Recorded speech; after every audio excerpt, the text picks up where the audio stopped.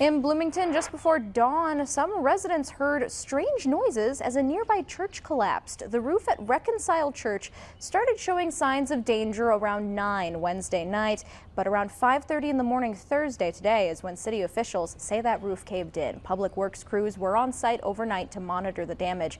Mulberry Street, which is where the church is located, is blocked off, along with parts of Evans Street.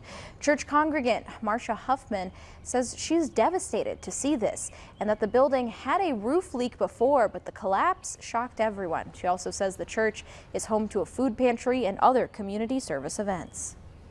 We will not give up. We will pull together as a church family. We all love this church, and it's just heartbreaking to see it like this. Huffman also says Pastor Tim Allison is figuring out how to move forward.